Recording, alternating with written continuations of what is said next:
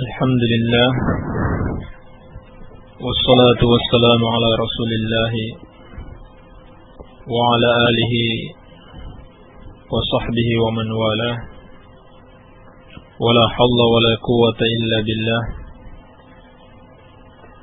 Ikhwani talabah dan kaum muslimin pendengar radio dakwah salafiyah rahimani wa rahimakumullah.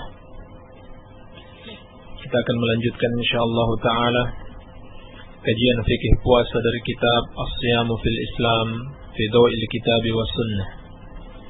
Kita sampai pada bab yang ke-18. Qala al-muallif hafizahullah al-mabhathu ats-tsamin 'ashar makruhatus siyam. Pembahasan yang ke-18, hal-hal yang dimakruhkan dalam berpuasa. Jadi pada pembahasan sebelumnya telah kita bahas hal-hal yang diwajibkan, hal-hal yang membatalkan puasa, hal-hal yang diharamkan, dan hal-hal yang disunnahkan.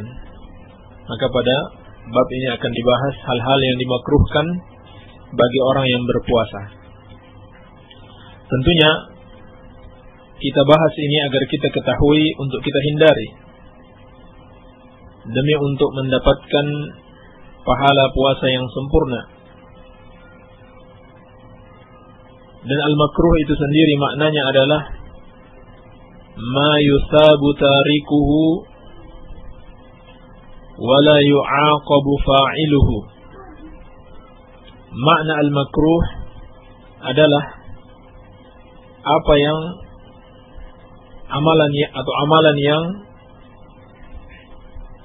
orang meninggalkannya mendapatkan pahala dan tidak dihukum atau tidak berdosa orang yang melakukannya. Wa huwa alladhi naha anhu syar'u la 'ala wajhi al-ilzam bitarki. Dan makruh itu adalah sesuatu yang dilarang oleh syariat, namun tidak diwajibkan untuk meninggalkannya.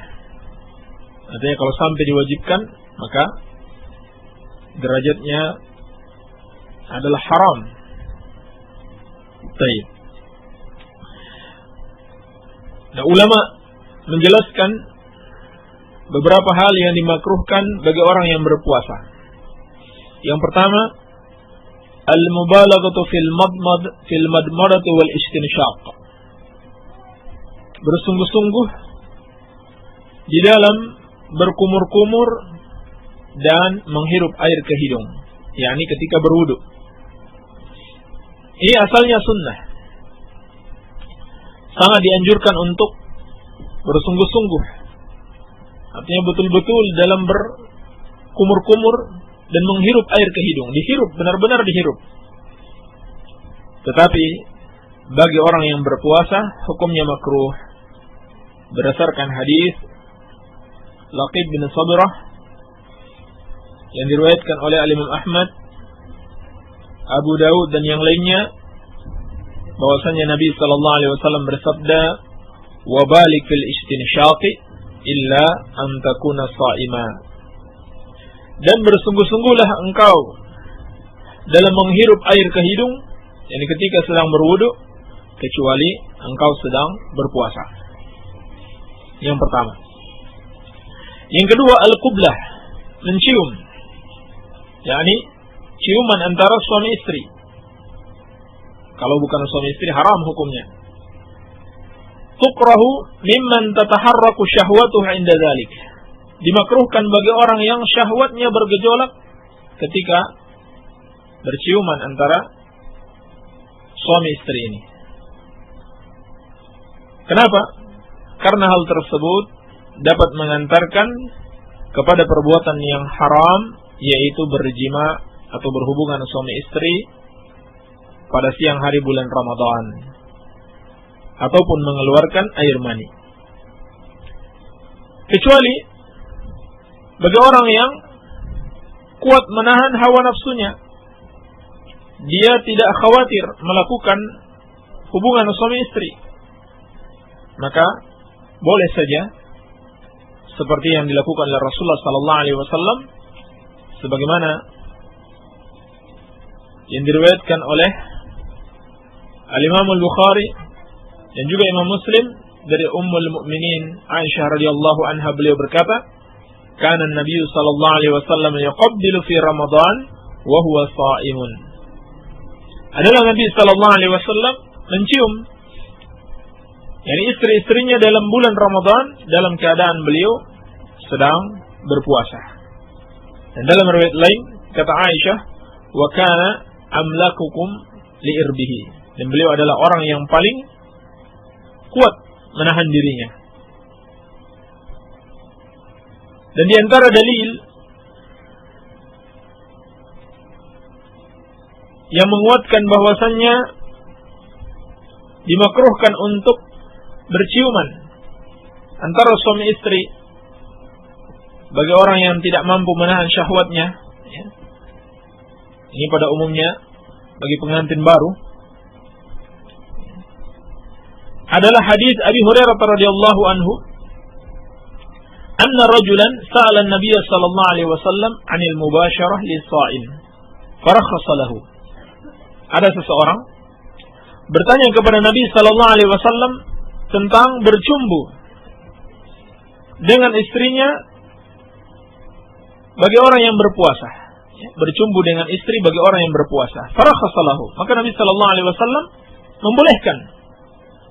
Fa'atahu akhar fasa'alahu. Lalu datang lagi orang yang lain bertanya hal yang sama. Fanahahu. Tetapi Nabi sallallahu alaihi wasallam melarangnya.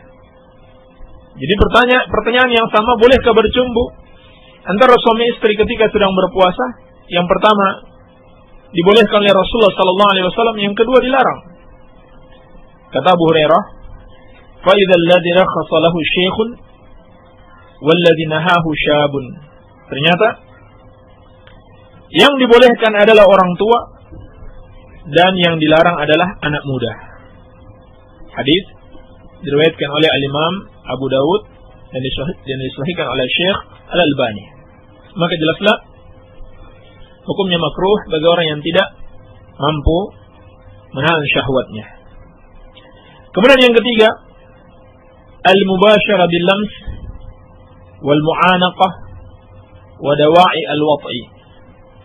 Bercumbu antara suami istri, apakah dengan pegang-pegangan atau berpelukan atau semua yang bisa mengantarkan kepada al-jima', hubungan suami istri, seperti saling pandang dengan saling menikmati, maka hukumnya sama dengan yang sebelumnya, yaitu makruh bagi orang yang tidak bisa menahan syahwatnya. Baik. Adapun bagi yang bisa, maka seperti penuturan Aisyah bahwasannya kana Nabi sallallahu alaihi wasallam yuqabbil wa yubashir wa huwa sha'imun wa kana amlakukum liirbihi. Bahwasanya Nabi sallallahu alaihi wasallam mencium istrinya, mencumbui dalam keadaan beliau sedang berpuasa. Dan kata Aisyah, beliau adalah orang yang paling kuat menahan dirinya. Kemudian yang keempat, bal'un nukhamah li'annaha mustaqdarah. Menelan lendir atau dahak karena hal itu kotor, menjijikkan, yang bisa saja menyebabkan penyakit. Oleh karena itu, hukumnya makruh ditelan bagi orang yang berpuasa. Ya. Berbeda dengan ludah. Ya. Kalau ludah boleh saja menelan ludah, tetapi kalau lendir atau dahak, hukumnya makruh. Sebagaimana dijelaskan oleh Syekh Ibnu Utsaimin rahimahullahu taala. Yang kelima, dzauqut ta'am li ghairi hajah. mencicipi makanan tanpa ada kebutuhan. Ini hukumnya makruh. Artinya, kalau memang butuh, maka tidak mengapa. Misalkan seorang istri yang memasak di rumah, boleh dia mencicipi makanan di lidahnya untuk mengetahui apakah kelebihan garam atau terlalu manis. Ya. Nanti suaminya bisa marah lagi. Maka boleh dia mencicipi. Tetapi harus berhati-hati, jangan sampai masuk ke tenggorokannya. Maka boleh. Kecuali yang tidak punya keperluan, ya, tidak boleh baginya untuk mencicipi makanan, ini hukumnya makruh. Walaupun tidak sampai masuk ke tenggorokannya. Bagian keenam, madbul ilq al-qawi asy-syadid alladhi la yatafattat. Mengunyah-ngunyah suatu benda yang kuat, yang keras, yang tidak hancur. Mungkin bisa dicontohkan seperti mengunyah permen karet. Ini hukumnya makruh. Kalau sampai ada yang masuk ke tenggorokan, maka dapat membatalkan puasa. Atau apa saja yang biasa dikunyah-kunyah, maka ini hukumnya makruh. Kemudian yang ketujuh, al-wisal fi siyam, wa huwa an yuwasil al-yawmain wa thalatha biduni ta'amin wala syarabin fil lail. Menyambung puasa, ini hukumnya makruh, yaitu menyambung 2 hari atau 3 hari tanpa makan dan minum di waktu malam. Jadi puasanya sampai 2 hari, 2 malam baru berbuka. Ini hukumnya makruh. Adapun kalau hanya sehari semalam, seperti telah kita jelaskan sebelumnya, yaitu waktu sahur dan berbuka dia jadikan satu, ini boleh. Tetapi yang lebih afdal untuk berbuka ketika telah terbenam matahari. Baik, inilah 7 hal-hal yang dimakruhkan bagi orang-orang yang sedang berpuasa. Barangkali ini saja yang bisa kita sampaikan. Semoga ada manfaatnya. Wabillahi taufiq walhamdulillahirabbil alamin. Kaum muslimin wal muslimat, para pendengar radio dakwah salafiyah rahimani wa rahimakumullah jami'an. Alhamdulillah, pembahasan mengenai materi kajian sudah selesai, dan sekarang insyaallah kita akan menginjak kepada pembahasan mengenai pertanyaan-pertanyaan. Bagi antum yang mempunyai pertanyaan-pertanyaan seputar materi kajian ini atau seputar syariat yang lainnya, kami persilahkan untuk mengirimkannya ke nomor kami, yakni di 085353020304, 085353020304. Dan sekarang kita langsung aja kepada beliau, Al-Ustaz Abu Abdillah Sofyan hafidhahullahu ta'ala. Kepadanya kami persilahkan.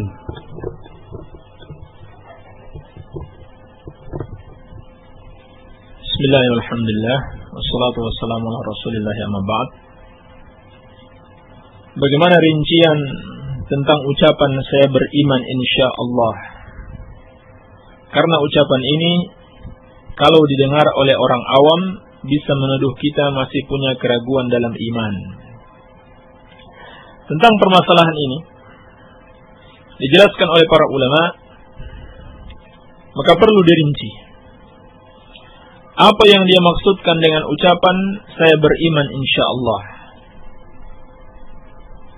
Iman itu adalah keyakinan dalam hati dan amalan dengan anggota tubuh. Ini masuk dalam makna iman. Maka kalau yang dia maksudkan saya beriman insyaallah adalah amalan-amalan seperti melakukan sholat, melakukan puasa dan sebagainya, maka sangat bagus kalau seorang mengatakan insya Allah. Sebab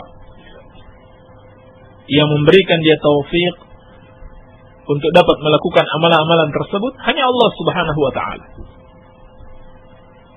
Oleh karena itu, dia tidak bisa memastikan apakah dia mampu melakukan hal-hal yang diwajibkan Allah kepadanya. Tetapi hendaklah seorang muslim, seorang mukmin berharap-harap cemas, disertai prasangka baik kepada Allah, insyaallah taala dia akan diberikan taufik untuk dapat melakukan kewajiban-kewajiban. Adapun jika maknanya keyakinan dalam hati, at-tasdiq bil qalbi, maka tidak boleh mengucapkan saya beriman insyaallah, tetapi yang diucapkan adalah amantu billah, aku beriman kepada Allah Subhanahu wa ta'ala. Sebab ucapan saya beriman insyaallah ta'ala, kalau yang dia maksudkan adalah at-tasdiq, pembenaran dengan hati, maka mengandung keraguan. Adapun sehubungan dengan pertanyaan di sini, ucapan tersebut kalau didengar oleh orang awam bisa menuduh kita tidak masih punya keraguan dalam iman, maka jangan diucapkan di depan orang awam. Kalau ada kekhawatiran, ya, tuduhan seperti ini. Baik. Tetapi dikatakan dengan tegas, saya beriman kepada Allah Subhanahu wa ta'ala, yakin dengan sepenuhnya, dan kita maksudkan di dalam hati ucapan tersebut adalah at-tasdiq bil qalbi, pembenaran dengan hati, bukan amalan-amalan. Adapun dalam amalan-amalan kita katakan insyaallah kita akan melakukan kewajiban-kewajiban. Jangan kita ungkapkan dengan saya beriman insyaallah apabila ada kekhawatiran akan tuduhan masih punya keraguan dalam iman. Wallahu alam. Assalamualaikum warahmatullahi wabarakatuh. Mau tanya Ustaz, termasuk bid'ah atau bukan nonton TV dan memakai HP? Apa dalilnya? Apakah Ustaz juga memakai dan melakukannya? Baik. Menonton TV sudah dimaklumi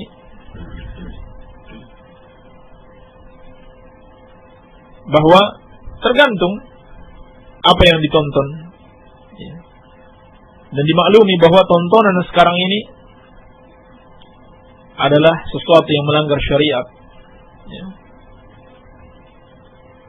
Adanya wanita-wanita yang membuka aurat, bahkan hubungan suami istri dipertontonkan di televisi, pergaulan bebas, dan seterusnya. Ini jelas kemaksiatan, tidak bisa ditonton. Tapi itu bukan termasuk bid'ah. Bid'ah itu adalah mengada-ngada dalam agama. Karena tidak setiap maksiat itu termasuk bid'ah. Adapun memakai HP, kalau digunakan untuk suatu perbuatan maksiat, seperti digunakan untuk berpacaran, ya, menghubungi lawan jenis yang bukan istrinya atau bukan suaminya atau bukan mahramnya, maka ini kemaksiatan. Namun juga bukan termasuk bid'ah, karena tidak setiap maksiat itu bid'ah.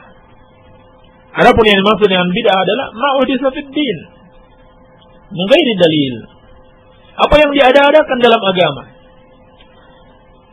Adapun dalam masalah duniawi, sebaliknya boleh kita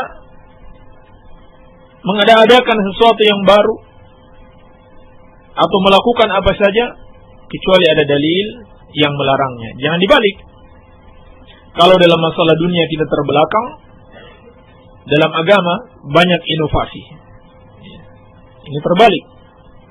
Dalam agama kita ittiba kepada Rasulullah sallallahu alaihi wasallam. Adapun dalam masalah dunia beliau mengatakan antum a'lamu bi umuri dunyakum. Kalian lebih tahu dengan urusan-urusan dunia kalian. Wallahu a'lam. Dari Andri Kurnia pada Herang, Assalamualaikum. Waalaikumsalam. Ustaz, apakah puasa qada bisa digabung dengan puasa sunnah? Soalnya saya pernah mendengar ada Ustaz persis membolehkan hal tersebut. Apakah itu benar, Ustaz? Ini tidak benar. Puasa qada tidak bisa digabung dengan puasa sunnah. Kenapa? Karena keduanya adalah dua amalan yang berbeda. Bagaimana bisa disamakan? Sama halnya kita mau sholat sunnah qobliyah zuhur mau digabung dengan sholat zuhur. Ini tidak mungkin. Sholat zuhurnya pun belum dia lakukan. Bagaimana mau digabung dengan sholat sunnah qobliyah zuhur atau ba'diyah zuhur? Sehingga dalam fatwa al-lajnah daimah disebutkan la yajuzu siyamu tatawwu' biniyatain, niyatil qada wa niyatis sunnah. Ya, tidak boleh puasa sunnah dengan dua niat, niat qada dan niat sunnah. Ini tidak ada dalilnya. Tidak ada dalil yang membolehkan hal tersebut. Berjuanglah terus ya salafiyah, tegakkan amar ma'ruf nahi munkar. Ya. Assalamualaikum Pak Ustaz. Waalaikumsalam. Saya ingin sekali menitipkan anak-anak di pesantren yang Pak Ustaz bina. Gimana masalah biayanya? Karena saya orang yang kurang mampu. Terima kasih atas penjelasannya. InsyaAllah ta'ala, bagi yang tidak mampu, tidak dikenakan biaya. Dan mudah-mudahan ada muslimin kita, ada penyantun-penyantun kita yang akan membiayai. Silakan saja datang dan bertemu dengan Pak Kiai Ustaz Khatib Wahid.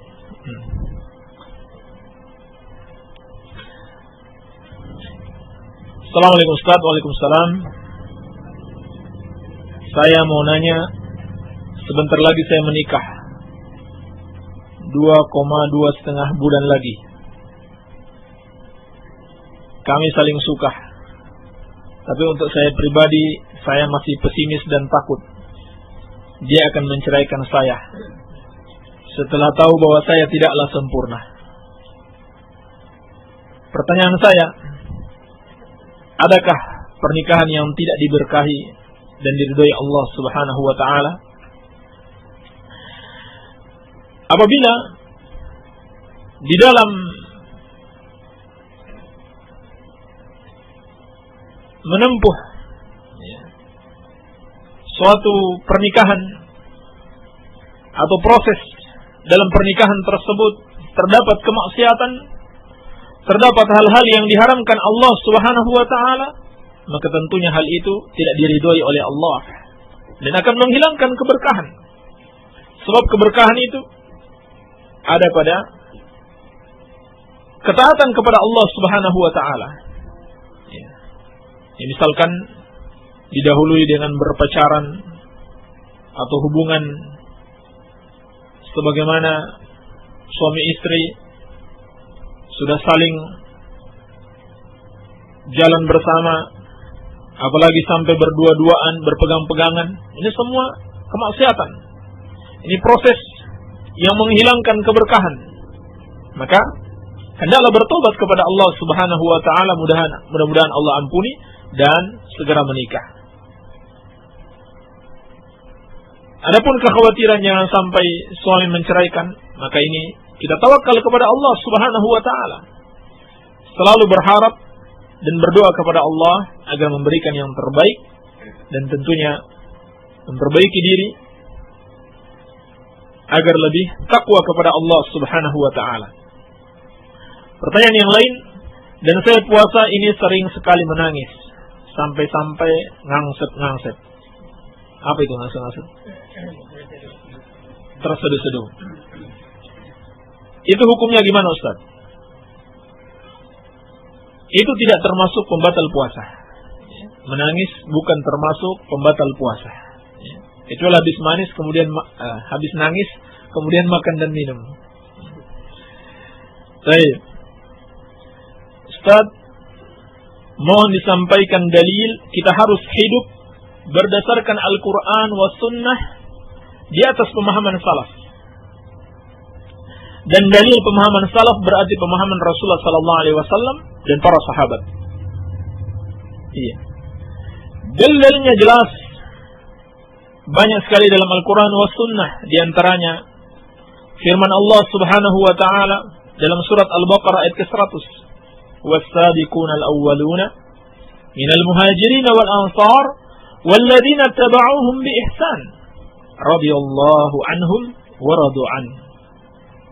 Dan orang-orang yang pertama masuk Islam dari kalangan muhajirin wal ansar dan yang mengikuti mereka dengan baik, maka Allah ridho kepada mereka dan mereka pun ridho kepada Allah. Ayat ini menunjukkan Allah telah meridhoi para sahabat, yakni meridhoi akidah mereka, meridhoi ibadah mereka, amalan-amalan mereka. Maka kalau kita juga mau diridhoi oleh Allah, harus mengikuti mereka. Tidak akan mungkin kita mendapatkan keridhaan Allah kalau kita tidak mengikuti jalannya orang-orang yang telah Allah ridhoi. Juga firman Allah Subhanahu wa taala, "Wattabi' sabila man anaba ilayya." Dan ikutilah jalan orang yang selalu kembali kepadaku. Kata Imam Al-Qayyim rahimahullahu taala, para sahabat adalah orang-orang yang selalu kembali kepada Allah Subhanahu wa taala. Juga firman Allah Subhanahu wa taala dalam surat An-Nisa ayat ke-115, "Wa may yushaqiqir rasula min ba'di ma tabayyana lahul huda wa yattabi' ghayra sabilil mu'minin nuwallihi ma tawalla wa nuslihi jahannam wa sa'at masira." Dan barang siapa yang menentang Rasul setelah jelas kebenaran baginya dan dia mengikuti selain jalannya orang-orang yang beriman, maka kami biarkan dia sesat dan kami masukkan dia ke neraka jahannam, dan itulah seburuk-buruknya tempat kembali. Ayat ini mengancam setiap orang yang tidak mengikuti jalannya orang-orang yang beriman. Siapa orang-orang yang beriman yang hakiki? Tidak lain dan tidak bukan adalah para sahabat Rasulullah sallallahu alaihi wa alihi wasallam.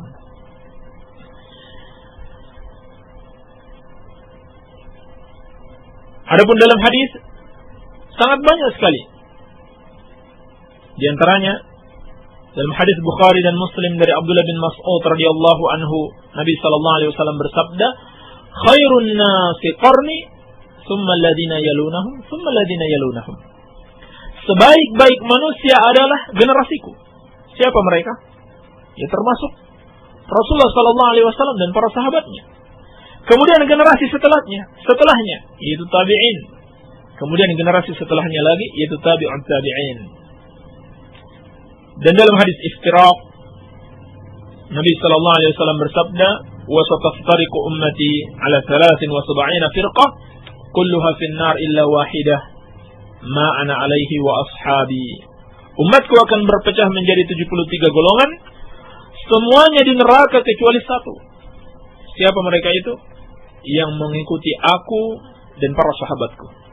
Yang jelas bahwa salaf yang dimaksud adalah mengikuti Rasulullah sallallahu alaihi wasallam dan para sahabatnya, dan yang mengikuti jalan selain itu maka dia pasti tersesat. Assalamualaikum Ustaz, afwan ana mau bertanya tentang hubungan suami istri pada bulan Ramadan atau sedang berpuasa. Kan sudah jelas batal puasanya, wajib diganti, wajib bayar kafarah. Jelas dosanya besar. Bagaimana misalnya saya tidak mampu mengerjakan yang 3 syarat itu?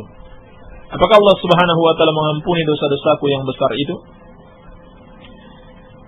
Pendapat yang benar dari pendapat para ulama, orang yang berhubungan suami istri di siang hari bulan Ramadan dalam keadaan mereka sedang berpuasa, kalau dia tidak mampu untuk membebaskan seorang budak, tidak mampu pula berpuasa 2 bulan berturut-turut, tidak mampu pula memberi makan 60 orang miskin, maka itu menjadi hutang. Maka itu menjadi hutang. Adapun tobatnya diterima kalau dia bertobat dengan memenuhi syarat-syarat tobat sebagaimana yang telah pernah kita jelaskan. Di antaranya dengan menyesali perbuatan tersebut dan bertekad tidak akan mengulangi lagi di masa yang akan datang. Adapun kafarahnya tetap menjadi hutang. Kapan dia mampu, hendaklah dia bayar.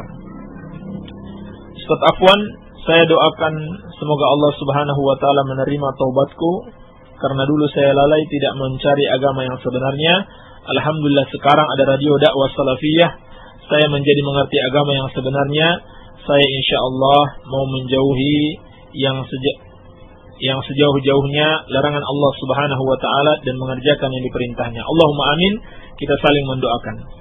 Ustaz, saya suka melakukan salat sunnah qabla zuhur 2 rakaat, ba'danya 2 rakaat, boleh atau tidak? Boleh saja, tidak ada masalah. Dan kalau kita mampu yang lebih afdal, sebelum zuhur 4 rakaat. Baik. Dan kalau tahiyat awal atau tasyahud awal, baca salawatnya sampai selesai atau cukup Allahumma shalli ala Muhammad wa ala ali Muhammad sampai selesai. Tidak ada dalil yang mencukupkan Allahumma shalli ala Muhammad saja tetapi sampai selesai. Demikian dijelaskan Syekh Ibn Baz rahimahullahu taala. Afwan, tolong jelaskan, jangan terlalu cepat karena saya ini sudah tua. Semoga radio dakwah salafiyah berjalan terus. Jazakumullah khairan wa jazakumullah khairan. Assalamualaikum Ustaz. Waalaikumsalam.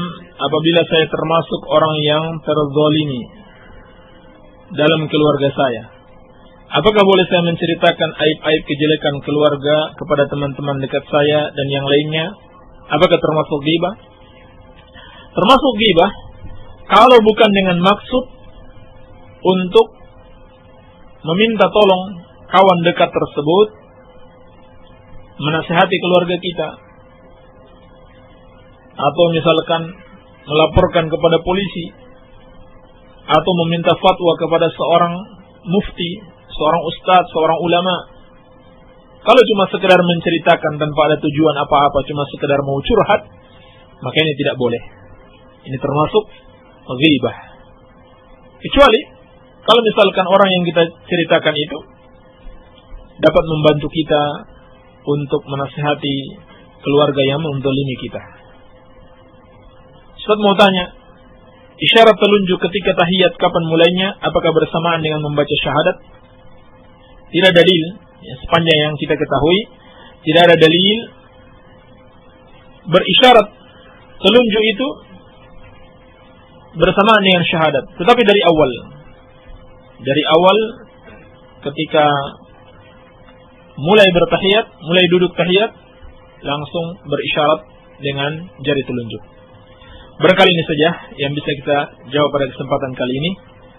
Lebih dan kurangnya saya mohon maaf. Yang benar itu dari Allah Subhanahu wa taala dan yang salah dari keburukan kami dan dari syaitan. Subhanaka Allahumma wa bihamdika asyhadu an la ilaha illa anta astaghfiruka wa atubu ilaik. Wa sallallahu ala nabiyyina Muhammadin wa alihi wasallam wa akhiru da'wana alhamdulillahi rabbil alamin.